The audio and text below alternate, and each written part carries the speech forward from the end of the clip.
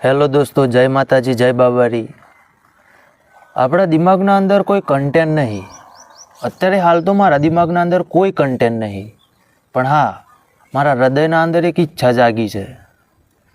પણ જો એમાં 1000 સબસ્ક્રાઈબર અને 4000 કલાક વોચ ટાઈમ જો પૂરો થઈ જાય તો આપણે રણુજા ભેગા થઈ જવાના।